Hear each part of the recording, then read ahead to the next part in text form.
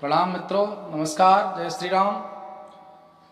ये कहानी जो मैं आपके सामने प्रस्तुत कर रहा हूँ, वैसे तो मैं सिस्टम पर रिकॉर्ड करता, लेकिन तकनीक प्रॉब्लम के कारण मैं आपको डायरेक्ट ही मोबाइल से दे रहा हूँ। तो देखिए, ये कहानी है एक तोता की और एक वेश्या की। आपने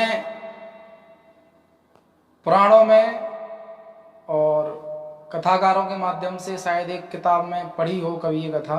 गड़का, गड़का कहते हैं वेश्या, जो हमारे यहाँ भगवान कन्हैया की भक्ति में उसका उद्धार हुआ था। तो कहानी कैसे है वो प्रोसेस मैं आपके सामने प्रस्तुत करता हूं। एक वेश्या अपने कोठे पर बैठती थी। अब आप समझते हैं कोठे पर क्यों बैठती थी। वो अपने ग्राहकों का इंतजार करती थी। देह व्यापार कहते हैं जिसे। तो एक तोता बेचने वाला आया तो उसने तोता को खरीद लिया, और वो भी देह व्यापार में ही ग्राहक बनाकर उस पर पैसे नहीं पुजे तो उसने तोता दे दिया और वो चला गया। तोता बड़ा ही विद्वान था, वो पूर्व जन्म में एक संत था। लेकिन भक्तजनों,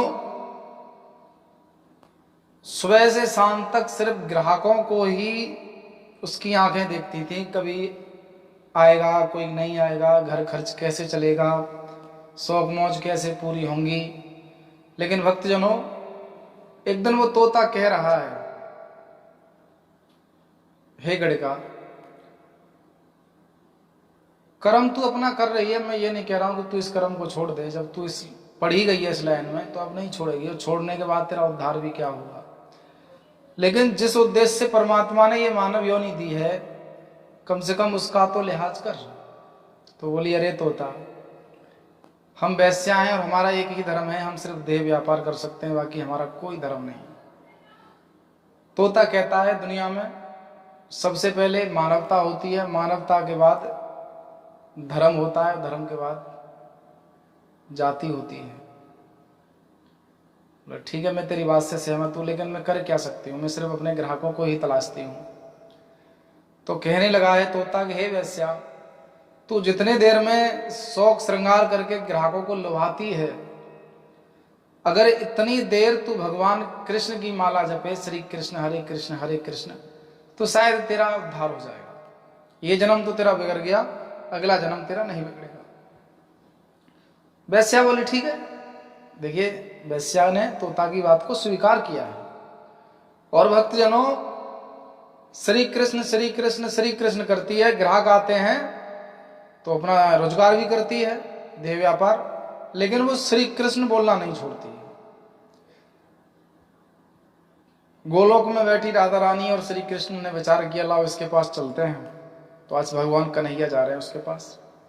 तो देखिए, अपने कर्म में वो कितनी अंधी थी कि कृष्ण जैसी दरवाजे पे आए। तो देखिए, कृष्ण से कहती है, कुछ जेब में है आपकी में जो मेरे पास आए हो? मैं एक वेश्या हूं, देखने में सुंदर हूं, लेकिन मुझसे जो आदमी संपर्क साधता है उसकी जेब में कुछ होना चाहिए। तो भगवान बोले, क्या चाहिए तुम्हें? बोली, आप हमें भोगोगे, हम तुम्हारी दौलत को भोगते हैं, दौलत हो तो आइए अंदर। तो भगवान मुस्कुरा गए, और तोता ने एक बात कही, वेश्या पागल हो गई है, तू जिनका नाम लेती है आज वो तेरे दरवाजे पर पधारे हैं, तेरे साथ साथ मेरा भी उद्धार हो गया, मुझे भी प्रभु के दर्शन हो गए। तो देखिए, भगवान ने उस वेश्या का उद्धार किया है, वो पैरों में पड़ गई। एक बात कहती है, महाराज मेरा ये जन्म तो बिगड़ गया, लेकिन अगला जन्म नहीं बिगड़ेगा। भगवान ने कहा, ऐसा ही होगा। तो इस कथा से आपको क्या सीख मिलती है, क्या मतलब आप इसका हल निकालेंगे? तुलसीदास की एक चौपाई है, कर से कर्म करो विदनाना, ध्यान रहे जहां कृपा निधाना। तो यानी चौपाई क्या कहती है कि हमारा कोई कर्म हो, हमें अपने हाथों से वो कर्म करना है, चाहे हमें ड्यूटी है हमारी, चाहे हम भागवत कहते हैं, चाहे हम किसान हैं, लेकिन हमें ध्यान वहीं रखना है जहां से हम आए और जहां हमें जाना है।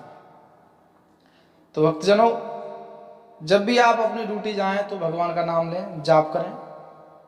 जब आप मेहनत करते हैं खेतों में तो आप वहां जाप करें। आपका कुछ नहीं जा रहा है, इसमें कोई पाखंडवाद नहीं है। आप अपनी भक्ति और अपने आप को सरल बना के रखिए, आप खुद अपनी भक्ति अपने आप करिए, आप दूसरे के ऊपर डिपेंड मत रहिए, कोई तुम्हारा उद्धार नहीं करा सकता है। तो ये एक वैश्या और एक तोता की बहुत ही रंगीन कहानी थी, बहुत ही प्रेरणादायक कहानी थी जो मैंने आपके सामने रखी है। और इसको मैं शायद 30 मिनट की पूरी कथा विस्तार से है, जो मेरे पंडित भारत शास्त्री अलीगढ़ यूट्यूब चैनल पे मिलेगी, जो वेद साज संगीत के पूरी कथा 30 मिनट का है।